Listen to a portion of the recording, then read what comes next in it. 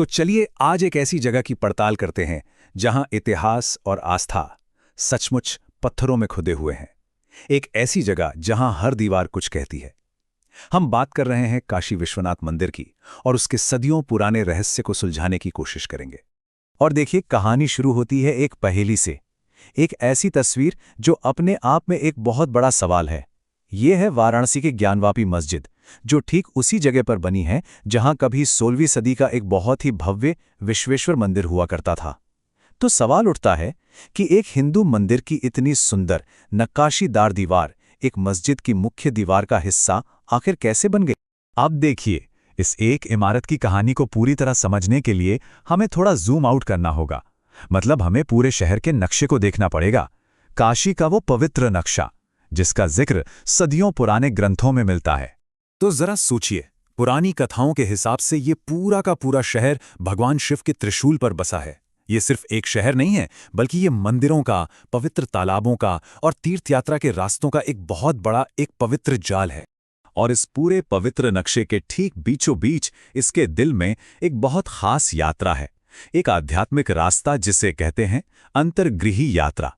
ये यात्रा इन सभी पवित्र जगहों को एक धागे में पिरोने का काम करती है। और इस यात्रा के केंद्र में क्या है?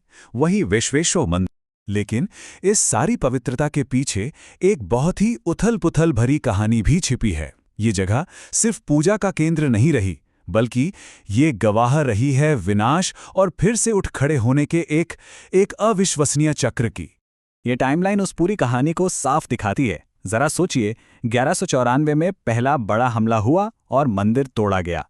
फिर सदियों बाद 1585 में एक शानदार मंदिर फिर से बना, लेकिन 1669 में औरंगजेब के हुक्म से इसे फिर से गिरा दिया गया। और उसके भी करीब 100 साल बाद 1777 में आज जो मंदिर हम देखते हैं उसे पास में बनाया गया।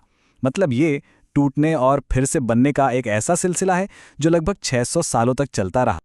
और हाँ, ये सिर्फ कही सुनी बातें या किंवदंतियां नहीं हैं। उस जमाने के जो ऐतिहासिक रिकॉर्ड्स हैं, जैसे कि मासीर-ए-आलमगीरी, उसमें इस मंदिर को तोड़ने के आदेश का साफ साफ जिक्र मिलता है। तो सवाल ये है कि मंदिर टूटने के बाद क्या हुआ? क्या सब कुछ खत्म हो गया? जी नहीं, उसकी यादें और आर्किटेक्चर से जुड़े कुछ सुराग पीछे रह गए। और बस यहीं से शुरू होती है एक तरह की ऐतिहासिक जासूसी। और ये हमें उस सबसे बड़े सवाल पर ले आता है जिसने इतिहासकारों और आर्किटेक्ट्स को सदियों तक उलझाए रखा कि आखिर राजा टोडरमल का बनवाया वो 16वीं सदी का भव्य मंदिर दिखता कैसा था। तो देखिए, एक शुरुआती थ्योरी ये थी कि मंदिर का नक्शा कुछ इस तरह का बहुत ही कॉम्प्लेक्स ज्योमेट्रिकल डिजाइन वाला था। लेकिन रिसर्चर्स ने इस आइडिया को सही नहीं माना। क्यों? क्योंकि ये डिजाइन 16वीं सदी में मंदिर बनाने के स्टाइल से बिल्कुल मेल नहीं खाता था। तो फिर क्या?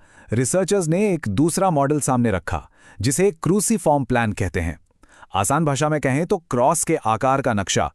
और ये डिजाइन उस जमाने में बहुत कॉमन था, खासकर उन मंदिरों में जो मुगल दौर में राजपूत राजाओं ने बनवाए थे।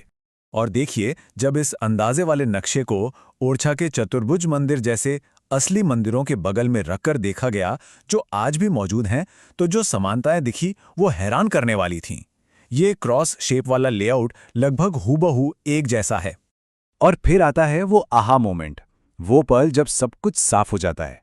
जब इस प्रस्तावित नक्शे को आज की मस्जिद की नींव के ऊपर रखकर देखा गया, तो ये एकदम परफेक्ट फिट हुआ, बिल्कुल वैसे जैसे किसी पहेली के खोए हुए टुकड़े अपनी सही जगह पर मिल गए हों।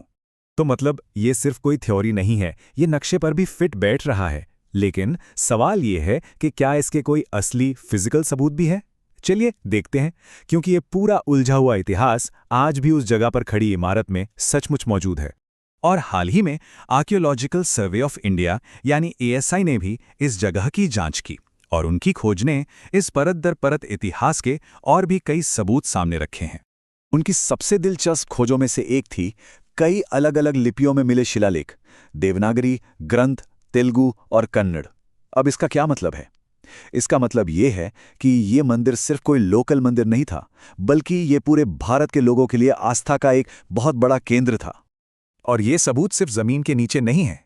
अगर आज कोई मस्जिद के बाहर खड़ा हो तो इतिहास को अपनी आंखों से देख सकता है। मस्जिद की जो पश्चिमी दीवार है वो असल में पुराने मंदिर की ही बाहरी नक्काशीदार दीवार है, जिसे जैसे का तैसा छोड़ दिया गया। और अंदर कहानी और भी ज्यादा हैरान करती है। मस्जिद के नीचे जो तहखाने हैं वहां साफ साफ दिखता है कि पुराने मंदिर के ही खंभों को ऊपर बनी मस्जिद की नींव को सहारा देने के लिए इस्तेमाल किया गया है। तो आखिर में ये जगह हमें एक बहुत गहरे सवाल के साथ छोड़ जाती है। जब एक इमारत किसी दूसरी इमारत के खंडहरों पर खड़ी की जाती है तो वो आज हमें कौन सी कहानी सुनाती है? ये सवाल हमें याद दिलाता है कि यादें, आर्किटेक्चर और इतिहास कितने जटिल होते हैं और कैसे एक दूसरे में गुंथे हुए होते हैं।